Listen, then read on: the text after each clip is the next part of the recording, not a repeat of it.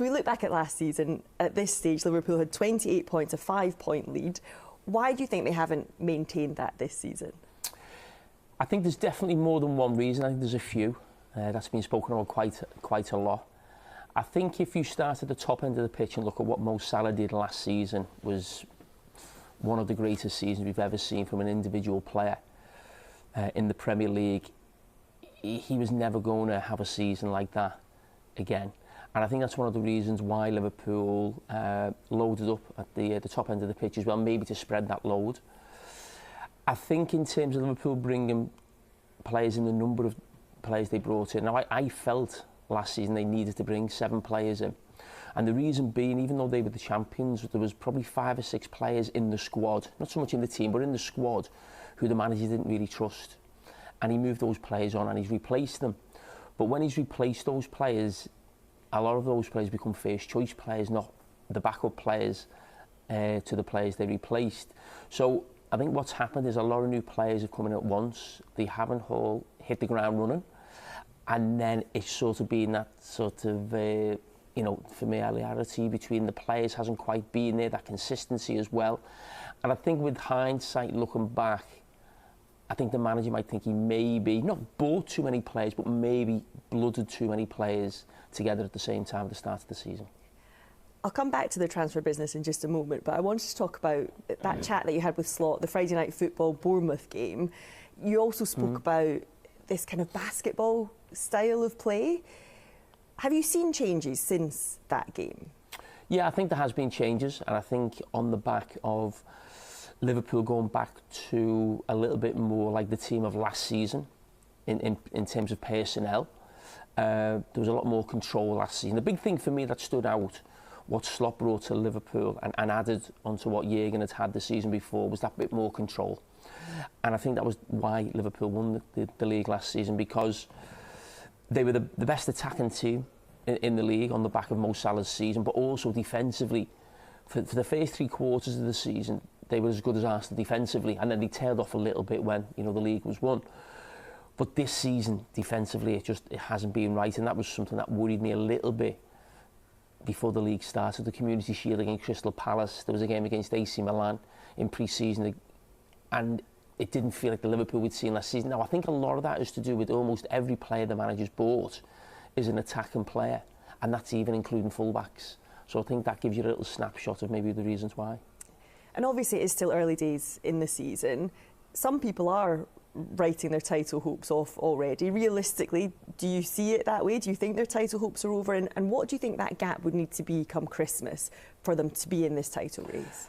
I don't think they're over. I think they're hanging by a thread.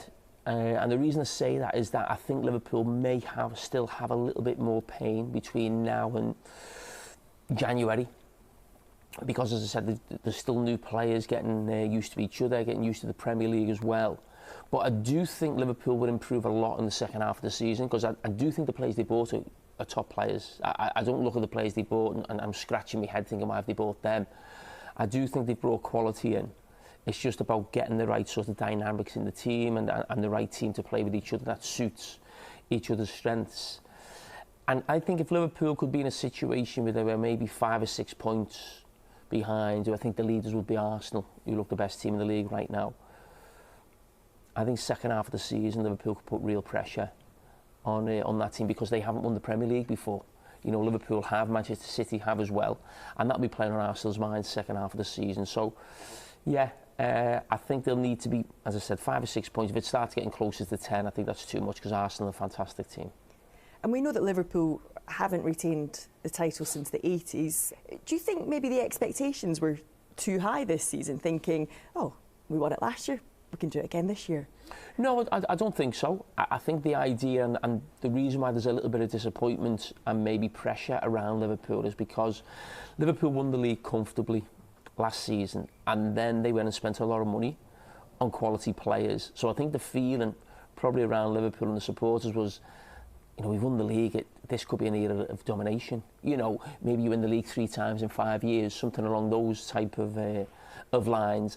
And I think when it started so badly, that's where, sort of the shock is. Because Liverpool aren't a million miles away from the top of the league and will be there or thereabouts at the end of the season. But I do think there was a feeling amongst Liverpool supporters was, oh, this is time to put our foot on the pedal and really go and win another league title again and be the team to beat under Slot over the next 3 or 4 years. But I mean, I must just add in though, I think on the last title in 2020, I think the defence of the title, to be fair to Liverpool, they were absolutely decimated by injuries, all in the same position. I think the 4 centre-backs were all out with long-term injuries, so I mean, they were never going to win the league title, you know, that season on the back of that. But this season, to start with, has been a slight disappointment and they've got work to do. What about expectations in terms of the Champions League? Because could you see Slot kind of turning his attention from retaining the Premier League title to winning the Champions League? That's where his focus goes.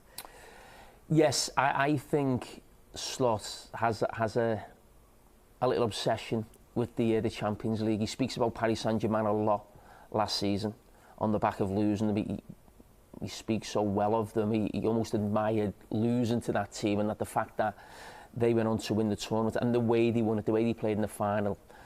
I think he loves managers whose teams play that type of football. That's how he envisages his team playing at their absolute best. And that's why, on the back of last season, talking about Liverpool having control, he wanted more flair. You can see about the players that he's brought in. But when you spend that much money, you have to be one of the favourites for the Champions League. And I actually bumped into Arne Slot in the summer. When he was away, we were both on holiday, bumped into him. And he was there with his family, and I thanked him and his family for what he'd done for Liverpool last season in terms of winning the league. And he introduced me as a Champions League winner to his wife and his kids. And I'd almost feel like he was like, that's our next step. I could feel it the way he said it. You know, we've won the league, but we want to win the Champions League. It was that type of way of sort of saying. It just stuck with me in his head, thinking, oh, he desperately, you can feel he wants that. As, listen, all top managers do. And when you're a manager of Liverpool, the club is synonymous with, you know, the Champions League. So we have to go close, you know. And I say we because, as I said, that competition and the club means so much to me. And yeah, Liverpool, for me, have to get to the semi-finals. Let's talk a bit more about transfers then, because in the summer we saw them spending this huge amount of money, kind of British record spend, over £400 million. A lot of people were saying, you know, Liverpool have won the league before a ball had even been kicked because of their transfer business. How do you reflect on the window now and the business that they did? Yeah, I mean, listen, it was a lot of money. I felt they did need to bring that number of players in. Because, you know, I can go through the team of last season or the squad. So Simicast, the manager didn't even have confidence in him, so you needed to buy a left back. Kwanzaa moved on. Jarell Kwanzaa, young player, the manager didn't really have confidence in. They brought, you know, a young player in from Italy, but still needed another body. They had to replace Trent. Harvey Elliott moved on. Again, the manager didn't have much confidence in him, so he went and bought another number 10, if you like, in wirtz. Nunes, you know, the manager never had confidence in him, so he's gone and brought in, you know, Isaac, and obviously we've got the tragic situation of Diogo Jota. So then another attacking player comes in. So they were replacing players the manager didn't have confidence in last season. But in terms of spending the big money on Isaac and Ekitike, who were both playing the same position, both in the same summer, that was a little one where I was scratching my head a little bit. But I understand that they weren't quite sure they're going to get Ekitike, they weren't sure they're going to get Isaac to the last minute, and they've ended up with both of them. How that works going forward, I'm not quite sure. I'm not quite sure you can get them both in the same team at the same time. And when you've spent that type of money and it just becomes one or the other, doesn't feel very Liverpool-like to me, or certainly the way we've conducted our transfer business in the last few years. So how should it work going forward? Should it just be a straight fight for the number 9 position between those two players? Or, I mean, you've kind of alluded to it there, that you just don't think there's a way of getting them both in this side. I think it's tough.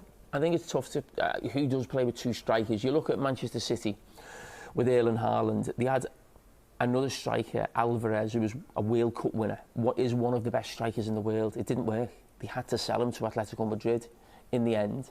And now they've got Marmoush. He's on the bench. It's difficult the way the game is now with so many bodies in midfield to have players who play right up the top end of the pitch. Now there's talk about Ekitike, he could play to the left. I thought that might be an option. I hadn't seen him play for the left, but that many people were saying it. I thought, well, okay, maybe the manager will use that option. He hasn't really. And he's been fantastic through the middle. That's his position. So the more he plays well, the more it makes it difficult for Alexander Isak when he's back fully up to speed and fit and fine, because he'll want to play every game as well. So, yes, you need competition for places. Of course, you need a big squad. I get all that. But in a team, certain players need to know they're playing. Certain players need to know that the squad players, and sometimes we have too many players who all think they should be playing. That's when it can cause a problem. Could it have a detrimental effect on either of these players then, from a player's perspective, when you're put in that position of thinking you're going to be starting in this team, but then you're actually told, actually, we can't work out a way to get you in this side, and every week you feel like you should be playing? Could it have a detrimental effect on? Yeah, it can, and it'll have to work itself out at some stage, where maybe one becomes first choice, or someone is happy, or they maybe rotate them. But sometimes I feel when you have certain players, and let's say Isak, for instance, who has cost a transfer record, is a fantastic player. Sometimes even when he's playing, it's not great having Ekitike on the bench, because Ekitike's that good a player. You have to bring him on to keep him happy. And Isak's playing a game thinking, if I don't play well in the first hour or score a goal in the first time, I'm coming off. And that's at the back of his mind. So I'm just really interested to see how Liverpool manage that situation between the two of them going forward.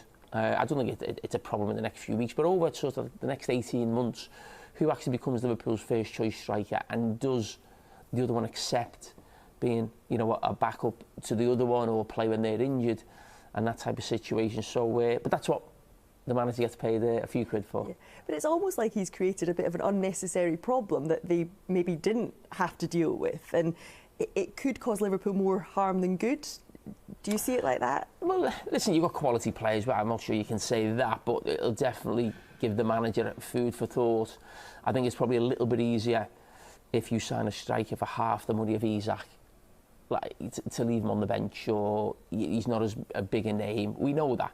And but yeah, listen, Liverpool, they get a lot of plaudits for how they go about things in the transfer market, and rightly so. The record's fantastic. So it'll be interesting how they navigate this one. And compared to the rest of the Premier League, the players they brought in seemed to be this focus on kind of more small technical players. You saw Arsenal kind of recruiting big, strong, athletic players. Do you think Liverpool maybe did go about things the wrong way, and that they maybe should have focused on a different kind of player? I think that's easy to say with hindsight, because it just feels like the league this season has become that type of league where everyone seems obsessed with set pieces and long throws. Arsenal have been fantastic, certainly at set pieces for a long time now, and it does feel like where Arne Slot is pushing the Liverpool team, the game is actually, certainly in the Premier League, is actually going the other way.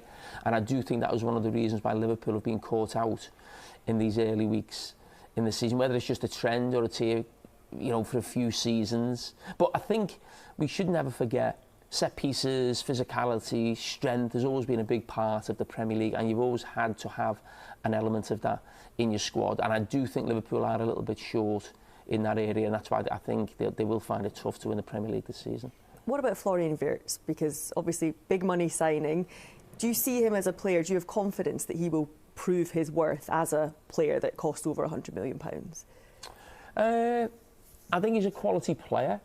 I think it's difficult to have 100% confidence. I hear some people come out and say, oh, 100% this will work. I've heard Jurgen Klopp's comments as well, but I think it's difficult to say that. He's never played in England before. He's found it tough to start with. But there's no doubt, when you look at the Real Madrid game, he was fantastic in that game.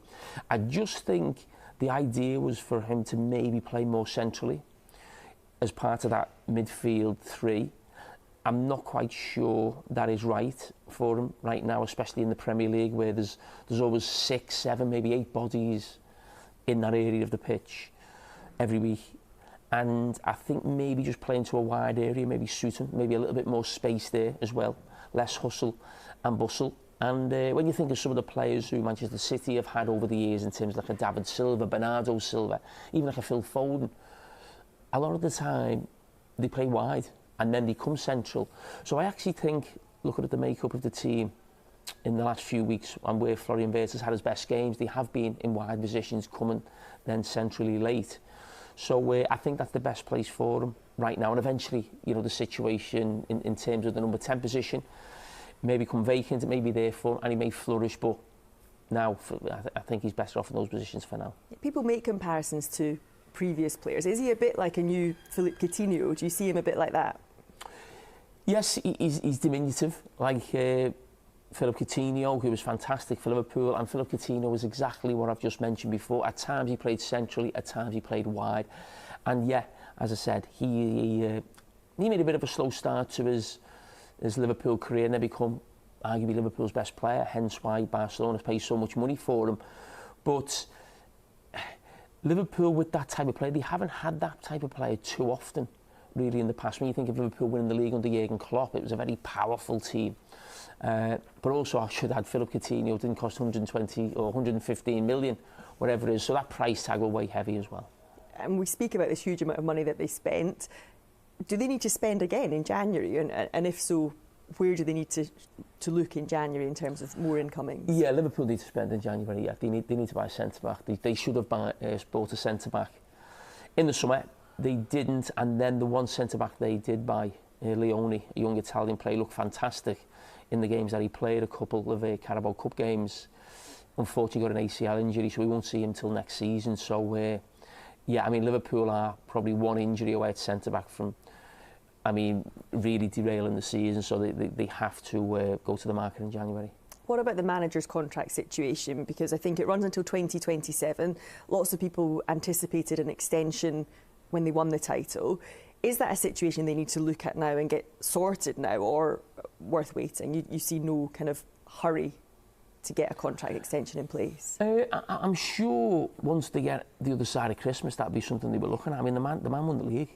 You know, there was a lot of nonsense talk in the early weeks of the season that, you know, his job was on the line, he was under pressure, he had a really poor run, and especially when you're the manager of one of the biggest clubs in the world, fingers will be pointed, but he's really calm, collected under pressure. I actually admired the way he's handled the media and everything that's being thrown at him in those early weeks of the season. Never looked flustered, never looked under pressure, never changed. You know, he gets a lot of criticism for his opinions, like he's having a go at other teams.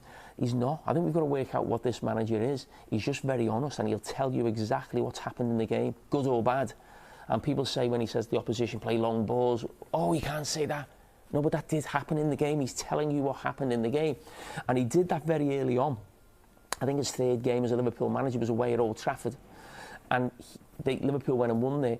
And he explained after the game what they did to try and win the game. And you come away thinking, oh, should he say that? Should he be so honest? But we're learning what this manager's like. So now Liverpool are in a poor run of form. Again, he's telling you why they're having problems and how the game is. He's Dutch, he's honest, he speaks tactically about the game, and I think it's refreshing. You touched on Mo Salah at the start. How much is his form impacting this Liverpool team right now? Well, it's impacting the Liverpool team, of course, but the Liverpool team have to realise and understand that Mo Salah can't be the Mo Salah of last season every week. That's just not going to happen. There was always going to be a drop-off. He's getting older, and eventually Liverpool will have to cope without Mo Salah. And that's going to come in the next few weeks with the African Cup of Nations. And I'm really interested to see what the manager does when Mo Salah's not there. And is that a real chance to really blood almost an idea of a new team around the new signings who've come in? Because it is quite difficult right now to get all your money on the pitch because they all play in similar positions. So he may have a little plan for his RNA slot when Mo Salah leaves. And actually, we could be in a situation where if Liverpool find form while Mo Salah is away with this plan that Slot comes up with, where does that leave Mo Salah when he comes back? Could we be in a situation where Salah suddenly isn't the main man? Yeah, it could do that. That's football. That's the nature of it. Whether it's through injury, you're missing to go play away for your country. If the team and the manager fall on something that works, a tactical, you know, idea, a plan to get certain players in the team, he will go with it. And the reason you would go with it is just because of the age. You know, you've got to be thinking of the future as well. Mo Salah's the here and now, still the best goal scorer at the club. But when you've brought in Wirtz, Ekitike, Isak, you've got to try and make that work, and they're the ones who've got years in front of them and are go on and take this Liverpool team to, you know, greater heights in the future. So, yeah, that will come into it, but Mo Salah's still Liverpool's best team. There's absolutely no doubt about that. I've said before, though, I think in certain away games, it may be beneficial for the team if maybe he comes off the bench the last 20 minutes, so he doesn't have to start every game. And it'll be interesting where Liverpool are after the AFCON. And what about Virgil van Dijk? Because another man whose form has come under the spotlight a little bit. We saw Wayne Rooney with some interesting comments about Van Dijk. Van Dijk obviously had a little nibble back. What have you made of Van Dijk's form? I actually don't think Van Dijk has been in poor form, really, to be honest. I think it's very difficult when the team's not playing well for any player to be at the best. The team aren't set up, you know, great defensively in terms of what's been in front of them. At times, his partner's just had a really poor start to the season. That can't be easy. You're not just playing your own game, then you're trying to manage the guy next to you who needs real help, Canate. So I think Virgil van Dijk's put on a lot of great performances this season. The one that really stands out for me was away at Newcastle, the home game against Arsenal as well. So in the main, he's been one of Liverpool's best players, I think, alongside Szoboszlai this season. But no, when you've set the standards he has, he's the captain of the club, he's the figurehead, he comes out and speaks, you know, after every game as well. So, yeah, you have to take a little bit of stick now and again, especially off Wayne Rooney. So overall, earlier you said you think there's the title defence chances are quite slim. What is the expectation then for this season in terms of Premier League, where they're going to finish, and the Champions League? Well, I think Liverpool will improve in the second half of the season. They have to. And I think they will push whoever goes on to win the title, which I think will be Arsenal, really close. But they have to have a real push for the Champions League. They have to. And the fact that Liverpool have gone out the Carabao Cup early now, they have to have a really good run in the FA Cup. It's not a competition notoriously we do well in, or we've had a great record in over the years. We've always done a lot better in the other competition. But I think we're going out of the Carabao Cup early. Liverpool have to have a really good run and strong run and look to win one of the cup competitions. Fingers crossed that's the Champions League. But yeah, I think with Liverpool's history in the Champions League, the team will get better second half of the season. Liverpool have got to have a strong shout for that.